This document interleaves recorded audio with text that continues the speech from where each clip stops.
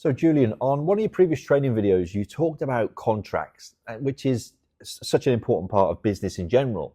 So before we go into the updates, obviously we'll check out the current video. Maybe you can share some updates with us. Well, yes, the JCT contracts have been updated this year. New suite come through. They're now fully online, and we can access them online as quantity surveyors to actually fill them in and do that electronically. Going forward. So yeah, we've got that capability. What I'm really looking at is it's an industry standard contract. And it's appropriate, best left unaltered. Right. If you do want to alter it. Yeah. Seek very much professional advice. Of course. Lawyers like to alter certain things, but you need to have clauses that have been tested, and that's how the JCT's been drafted. Understood. Right. Okay. Principle, the contract needs to be appropriate to the procurement that you're looking for. Yeah. And it should be, well, we would always draft it at the time of tender and actually send out a copy of that contract with the tender documents. I think that gives that sense of actual forming the contract that you actually see from the video. I think if we watch the video and then we can actually have a run through after.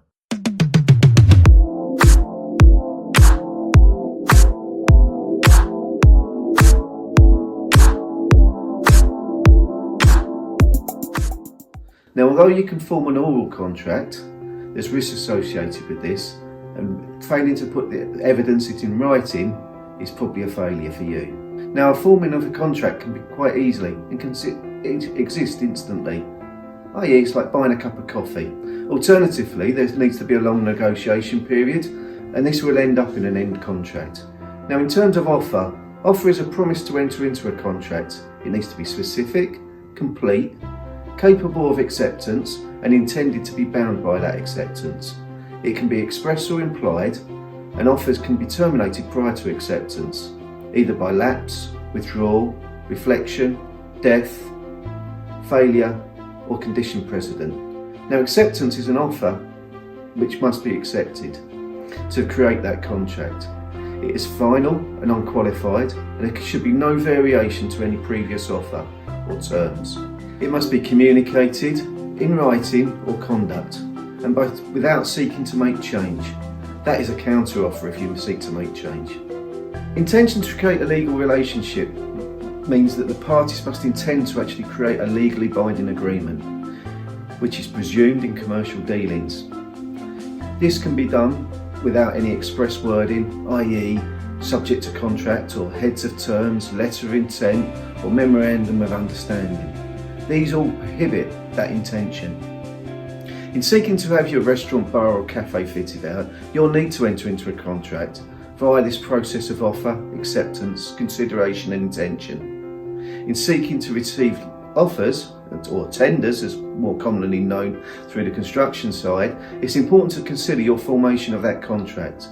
We would suggest that a formal form of building contract, such as the JCT suite, is used for this for your purposes. These contracts are industry standard forms and are simple in their completion. We would recommend that they're best left unaltered in terms of their terms, because this is proven and has legal binding significance from previous contract dispute. Check whether your standard form of contract under consideration is appropriate for the procurement method to be adopted, and that its provisions contain all that are likely to prove adequate for your particular circumstances. Now, JCT contracts are intended to be read as a whole, and ill-conceived amendments can produce unintended results. Now, we would refrain away from any ad hoc amendments, as we believe these should be avoided.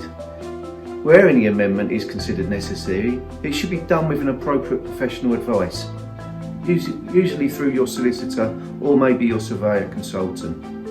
Now, JCT contracts are intended to be and are generally accepted as being fair and evenly balanced between the parties.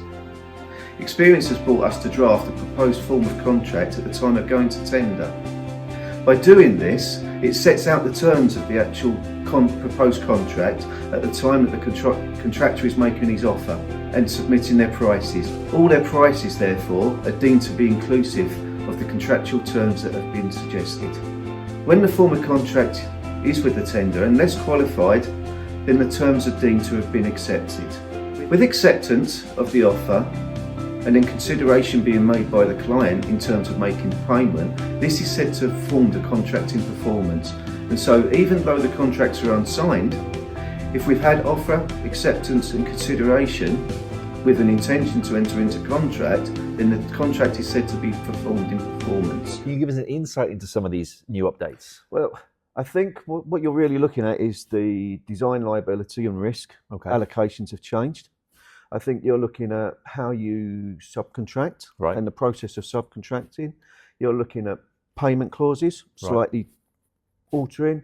We're looking at how claims for extension of time are administered, Yeah. and notices. And what's really important with the changes is the record keeping. Right, okay. In what we do. Those are all aspects of what's changed within the JCTs and how things are administered. Really, we're looking at sort of good contract administration. I think coming back to what we probably said at the start, I think it's important that you use a recognised contract for your project. Yeah. Take on professional advice on how to fill it in. Largely leave it unaltered, Yes. or generally we would recommend that you leave it unaltered. It's made that way for a reason. It's made that way. It's proven. It's Yeah. proven in law. It's, anything that you actually alter yourself, and I think we actually said it in the video. Any alterations you might have unthought of consequences Okay. on you. So it might not have been your intention, Yeah. but it could have an alternative consequence Right. on what you're doing, and that's why it's best to actually sort of leave it unaltered in what you're doing. Right, gotcha. If anybody needs advice or support on these types of contracts, what's the best way to get hold of you? I think through our website, Yeah. jca-ltd.co.uk, Yep. or LinkedIn or email. Okay. The contact should be up on the screen. And to be honest, well done if you got this far. It's quite a grey subject, contracts. Your head's probably spinning, but we'd like to help you. Hence why they need your support. Yeah.